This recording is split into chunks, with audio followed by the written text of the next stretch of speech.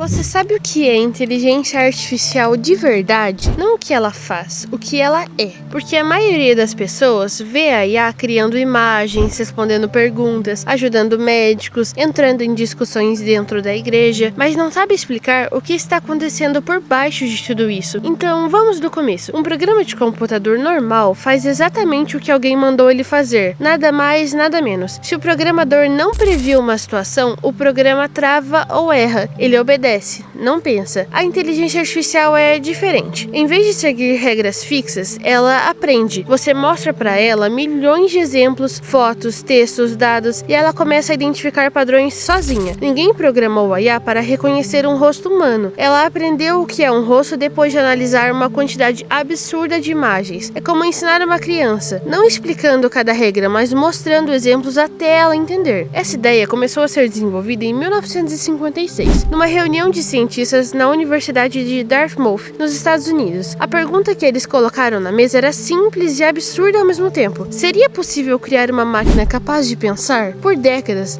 a IA ficou limitada. Ela aprendia, mas dentro de caixas pequenas. Uma IA reconhecia spam no e-mail e só isso. Outra jogava xadrez e só isso. Cada uma era especialista em uma coisa só e inútil fora dela. E isso mudou. Nos últimos anos, surgiu o que chamamos de IA generativa. E é aí que o mundo virou de cabeça para baixo. Esse tipo de IA não foi treinado para fazer uma coisa específica. Ela foi treinada com uma quantidade gigantesca de textos, imagens e dados do mundo inteiro. E com isso desenvolveu uma capacidade ampla de criar, raciocinar e responder sobre quase qualquer assunto. É o ChatGPT, é o Claude, é o Gemini. E aí as pessoas começaram a usar de um jeito que ninguém tinha previsto. Tem gente que acorda de manhã e antes de falar com qualquer pessoa, já está conversando com uma IA, contando o que sonhou, o que está sentindo, o que está com medo, usando a IA como confidente, como conselheiro, como psicólogo. E não estamos falando de casos isolados. Isso virou hábito de milhões de pessoas no mundo inteiro. E faz sentido entender o porquê. A IA não te julga, está disponível às 3 da manhã, nunca está cansada, nunca fica impaciente. Para alguém que se sente sozinho, ou que não tem dinheiro para pagar uma terapia, ou que simplesmente não sabe com quem conversar, ela parece uma saída. Mas é exatamente aí que começa uma das maiores preocupações. Quando você para de pensar, por que tem uma máquina pensando por você? Quando para de escrever, porque tem uma máquina escrevendo por você? Quando para de sentir, porque tem uma máquina validando seus sentimentos? O que acontece com você?